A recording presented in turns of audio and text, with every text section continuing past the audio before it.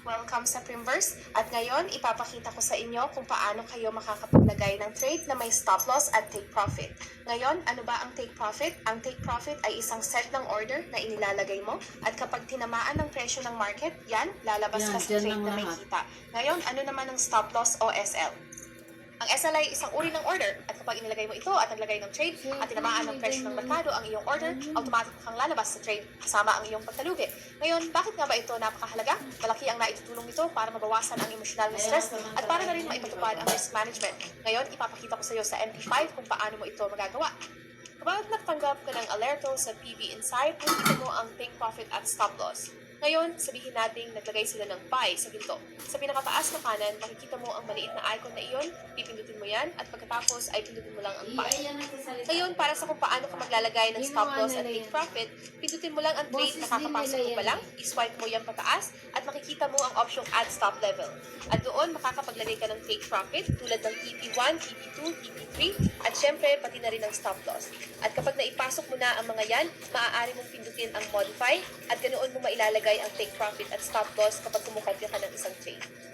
Yan. Ito ba yung nahanap mo sino? Sa webcasset ng sarili mong take profit, pindutin mo lang yung take profit mo, pindutin mo ang TP sa ibabang sulok, at saka mo lang hihilahin yung pataas. Sa magkaroon sa Saudi natin, gusto mong i-target ang 30 dolyar, 35 dolyar, maaari mo itang ilagay, at pagkatapos ay pindutin din ang SL. And pagkatapos, sabihan natin sa iyong SL, gusto mo lang ipagsapalaran ang 20 dolyar ng iyong account, at pagkatapos ay maaari mo itong ilagay at pindutin ang maliit na R sa pinakababa. At pagkatapos ay pindutin ang modify. Kaya lahat ang pagdagay take profit at stop loss. Magkikita-kita tayo sa susunod na video. Yun pala yun.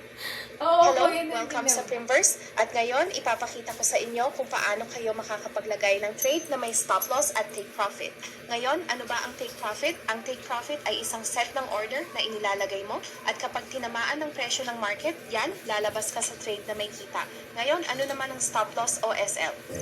Ang SL ay isang uri ng order at kapag inilagay mo ito at naglagay ng trade at tinamaan ng presyo ng merkado ang iyong order, automatic kang lalabas sa trade kasama ang iyong pagkalugi.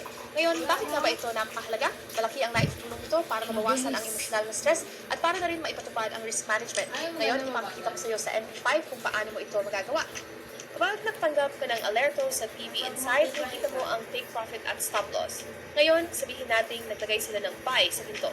Sa pinakataas na kanan, makikita mo ang maliit na icon na iyon, pipindutin mo yan, at pagkatapos ay pindutin mo lang ang buy. Ngayon, para sa kung paano ka maglalagay ng stop loss at take profit, pindutin mo lang ang trade na kakapasok mo pa lang, iswipe mo yan pataas, at makikita mo ang option add stop level. At doon, makakapaglagay ka ng take profit tulad ng TP1, TP2, TP3, at syempre, pati na rin ang stop loss. At kapag naipasok mo na ang mga yan, maaari mong pindutin ang modify, at ganoon mo mailalagay ang take profit at stop loss kapag kumukopya ka ng isang trade. Yan. Ayos ko command sheet sa webcasset ng sarili mong take profit. Pindutin mo lang yung take profit mo. Pindutin mo ang TP sa ibabang sulok at saka mo lang hihilahin yung pataas. Sa magkaroon sa Saudi natin, gusto mong i-target ang 30 dolyar, 35 dolyar, maaari mo itang ilagay at pagkatapos ay pindutin din ang SL. And pagkatapos, sabihan natin sa iyong SL, gusto mo lang ipagsapalaran ang 20 dolyar ng iyong account at pagkatapos ay maaari mo itong ilagay at pindutin ang maliit na R sa pinakababa. At pagkatapos ay pindutin ang modify. Kaya lahat ang pagdagay take profit at stop loss. Magkikita-kita tayo sa susunod na video. Anong susunod na video dito?